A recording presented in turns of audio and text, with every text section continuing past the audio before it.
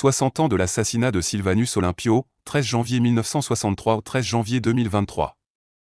Demain 13 janvier 2023 marquera les 60 ans de la tragique disparition de Sylvanus Olympio, le premier président démocratiquement élu de la République togolaise et éminent dirigeant de la lutte pour la conquête de l'indépendance du Togo, Ablodé, lâchement assassiné au petit matin du 13 janvier 1963 dans un vaste complot international qui, relayé et exécuté au plan national, est resté impuni jusqu'à ce jour. Cette date commémorative doit interpeller la conscience de tout le peuple togolais et, au-delà, de tous les Africains et de tous les démocrates du monde entier en ce qu'il constitue la première de l'interminable série d'irruptions violentes et assassines des forces armées nationales, instrumentalisées par les grandes puissances étrangères pour changer le cours du destin des jeunes États africains venant d'accéder à la souveraineté nationale. Depuis lors, les 60 années écoulées dans la vie du peuple togolais ne sont qu'une longue rivière de deuil, de souffrance, de misère, de famine, de ruine, de corruption, de mal-vivre, de pillage des richesses et ressources nationales, de gabegie, de subornation, de vol d'élections, de perte d'espoir en un lendemain de bonheur, de joie et de paix. Durant ces 60 ans, le Togo a vu se succéder plus de 2 générations de citoyens qui sont nés et ont grandi sous le règne de la même dynastie dictatoriale des Eyadmag-Nasingbe, un régime de type particulier puisque seul à avoir duré aussi longtemps en Afrique et dans le monde entier après celui de la dynastie de la Corée du Nord qui, au pouvoir depuis 1948, a été son indéfectible soutien au temps fort du régime du parti unique Parti-État RPT UNIR. Dans cette situation, de multiples questionnements ne peuvent que rebondir à la face de tout un chacun et il serait inconvenant d'attendre l'avènement d'une commémoration conventionnelle, voire folklorique, du 60e anniversaire cette date de malheur pour commencer à se les poser en tentant d'y répondre insuffisamment ou maladroitement. Notamment ceci parmi tant d'autres. Pourquoi toutes ces souffrances? Comment en est-on venu là? Où sont les responsabilités? Pourquoi, malgré la volonté de changement et d'alternance qui n'a cessé de s'exprimer au Togo notamment depuis le soulèvement populaire du 5 octobre 1990, ce soit le régime monolithique de la même dynastie familiale qui domine le peuple togolais depuis 60 ans? Comment faire en sorte que la volonté de changement du peuple togolais puisse enfin se réaliser, etc. Tous les Togolais estiment que l'ouverture d'un débat au sein du peuple sur cette date et sa signification est d'une impérative nécessité en ce moment où de grands bouleversements secouent nombre de pays d'Afrique et de par le monde entier, indiquant que le peuple togolais doit se ressaisir en réfléchissant sur son destin. Nous voulons ouvrir cette réflexion en sacrifiant au devoir de mémoire du rappel du parcours de vie de Sylvanus Epifanio Elpidio Kwame Olympio, l'éminent martyr et dirigeant de la lutte pour la conquête de l'indépendance du Togo, en répondant aux questions telles que: qui est-il? Qu'a-t-il fait? Et comment? Pourquoi et comment son sang a-t-il été si impunément versé sur cette terre de nos aïeux qu'il a contribué à libérer du joug du pouvoir colonial français, 4 ans et 9 mois avant son odieux assassinat? Comment rendre dans les meilleures conditions un hommage mérité à cet illustre dirigeant qui a payé de son sang et de sa vie sa volonté de faire du Togo, l'or de l'humanité? Pour nourrir la discussion sur toutes ces questions, il convient chercher et de mettre à la disposition du peuple togolais et de toutes les personnes de bonne volonté de par le monde, des informations permettant de mieux connaître Sylvanus Olympio, émanant pour la plupart de lui-même ou de ses compagnons de lutte, telles qu'elles étaient données au feu même du combat émancipateur pour la libération du peuple togolais. Tout ceci, avec l'espoir que la mise à disposition de toutes ces informations puisse contribuer à mieux éclairer le peuple togolais sur son passé, pour bâtir son présent, afin de mieux déterminer et maîtriser son avenir.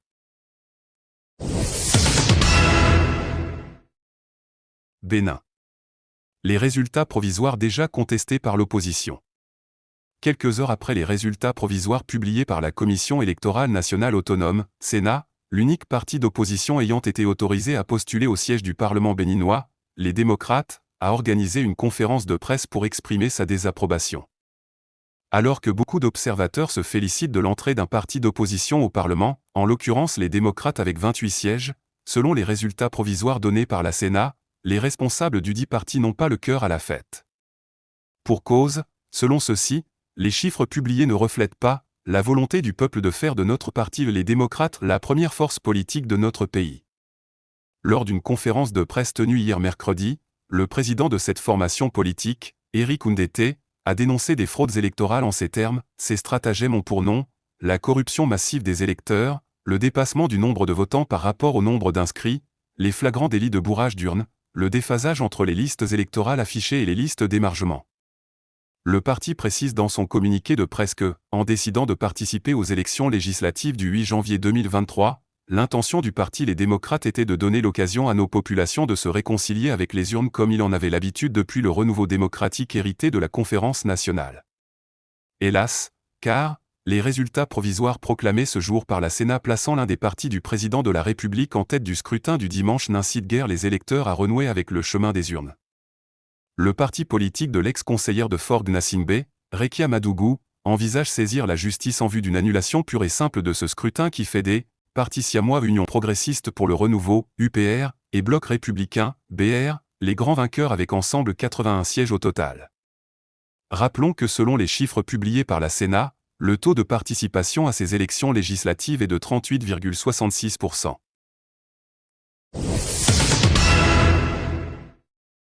Burkina Faso. La CEDEAO prend le pouls de la transition. Le président en exercice de la CEDEAO, le Bissau-Guinéen Umaro Sissoko Embalo, a été accueilli ce mercredi matin à l'aéroport international de Ouagadougou par le chef de la transition burkinabé, Ibrahim Traoré, avec qui il a eu une séance de travail pour s'enquérir du processus devant aboutir au retour à l'ordre constitutionnel. Parmi les 3,03 États de l'Afrique de l'Ouest ayant connu des coups d'État militaires, le Burkina Faso apparaît comme le plus docile aux yeux de la CEDEAO. En effet, le traitement accordé par l'institution communautaire au pays des hommes intègres qui, tout comme le Mali, a connu 2 coups d'État militaires successifs, est moins rigoureux qu'à l'égard de la Guinée et du Mali.